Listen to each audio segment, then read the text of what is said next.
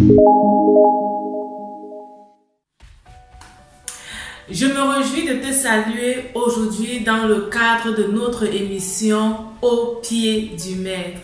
Je suis Myriam Tapso, ta motivatrice spirituelle.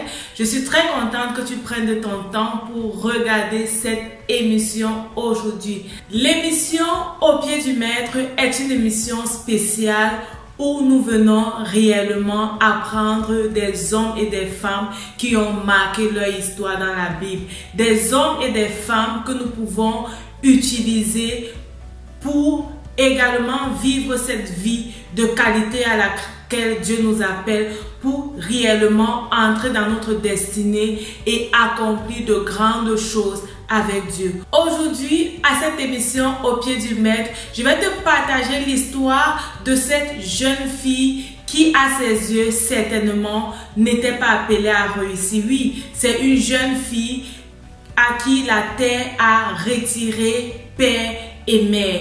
Elle était seule, elle a grandi avec son oncle qui l'a éduquée et qui a pris soin d'elle. Certainement, cette fille pouvait s'en vouloir, comme beaucoup de personnes orphelines, pouvait s'en vouloir et se dire que sa vie n'avait pas la raison d'être. Elle ne savait pas pourquoi elle était sur la terre.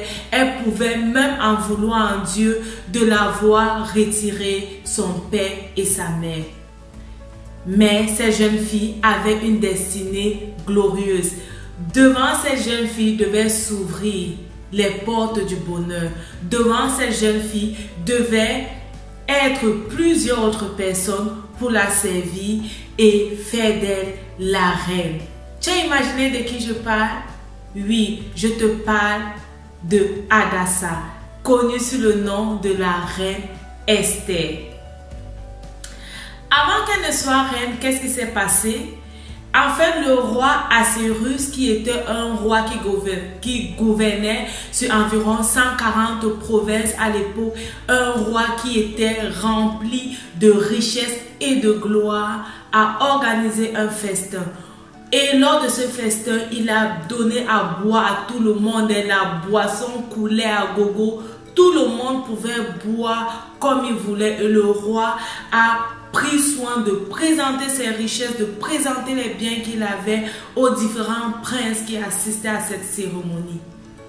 Il a voulu aussi présenter un bien qui lui appartenait. Oui, sa reine, sa femme, la reine Vashti. La reine Vashti lui appartenait et c'était à ses yeux un bien parmi tant d'autres biens qu'il avait.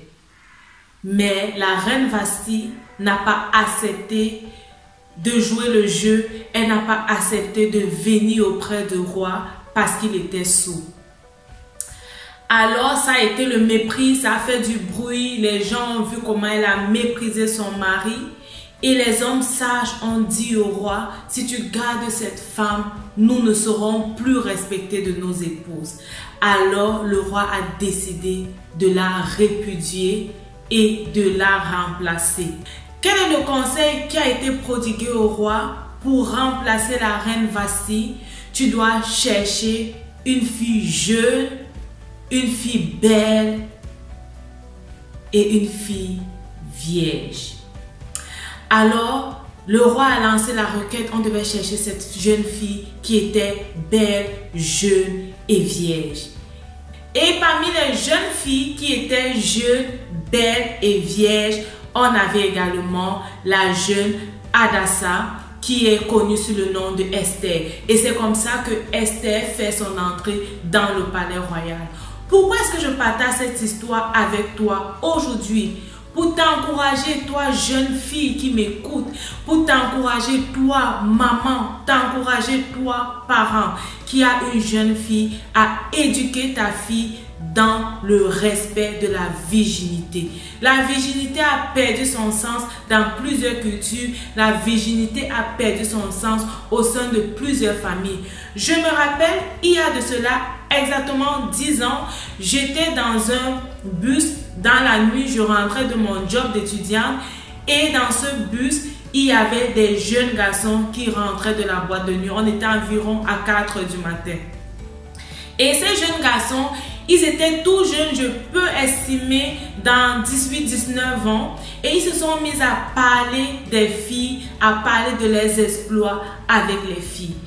Et il y a un jeune qui a dit qu'il essayait à plusieurs reprises d'avoir une jeune fille et que la jeune fille le repoussait. Et après, il a lâché à ses amis, cette jeune fille est encore vierge. Et l'un de ses amis répliqua, à 18 ans encore vierge, ça c'est dégoûtant. Et j'étais dans le bus, je les ai regardés et je me suis dit, comment est-ce qu'on peut considérer une jeune fille de 18 ans qui est encore vierge comme étant dégoûtant? Et j'ai compris alors que le monde va à l'envers. Oui, le monde va à l'envers des principes bibliques, va à l'envers des principes de Dieu. La virginité est quelque chose de formidable. Une jeune fille qui a 18 ans, 25 ans, 30 ans et qui n'est pas encore mariée et qui est encore vierge a compris quelque chose d'exceptionnel que beaucoup de filles n'ont pas compris. Et si tu es dans la tranche de ces filles qui ont compris quelque chose d'exceptionnel, qui ont compris que la virginité c'est un précieux cadeau qui doit être offert uniquement à son homme de destinée, ce que tu es formidable et tu es béni. Oui, tu es béni de Dieu parce que tu as compris les principes spirituels. Esther était vierge et si Esther n'était pas vierge, elle ne devait pas se retrouver dans le palais royal. Elle pouvait être jeune, elle pouvait être belle. Mais elle devait également être vierge pour se retrouver dans le palais royal. Et elle a été dans le palais royal, elle s'y est retrouvée et sa vie va changer. Sa destinée va changer. Ses pleurs vont certainement se transformer en joie. Nous allons continuer cette histoire de la reine Esther parce qu'il y a beaucoup de choses, beaucoup de secrets à apprendre dans cette histoire. Si toi également tu ne veux pas rater cette histoire, parce que moi je ne vais pas la rater en tout cas, abonne-toi à cette page et clique sur la cloche de notification pour recevoir toutes les informations sur les nouvelles vidéos que je dois publier. Nous allons continuer à étudier, à décrypter la vie de cette jeune fille, la reine Esther, qui va marquer ta vie, qui va marquer la vie de tes enfants et qui va transformer l'éducation que tu vas donner à tes enfants. Rappelle-toi, ta vie c'est un don de Dieu et la façon dont tu la vis, c'est un don que tu fais à Dieu. Que Dieu te bénisse et on se dit à la prochaine. Bye bye.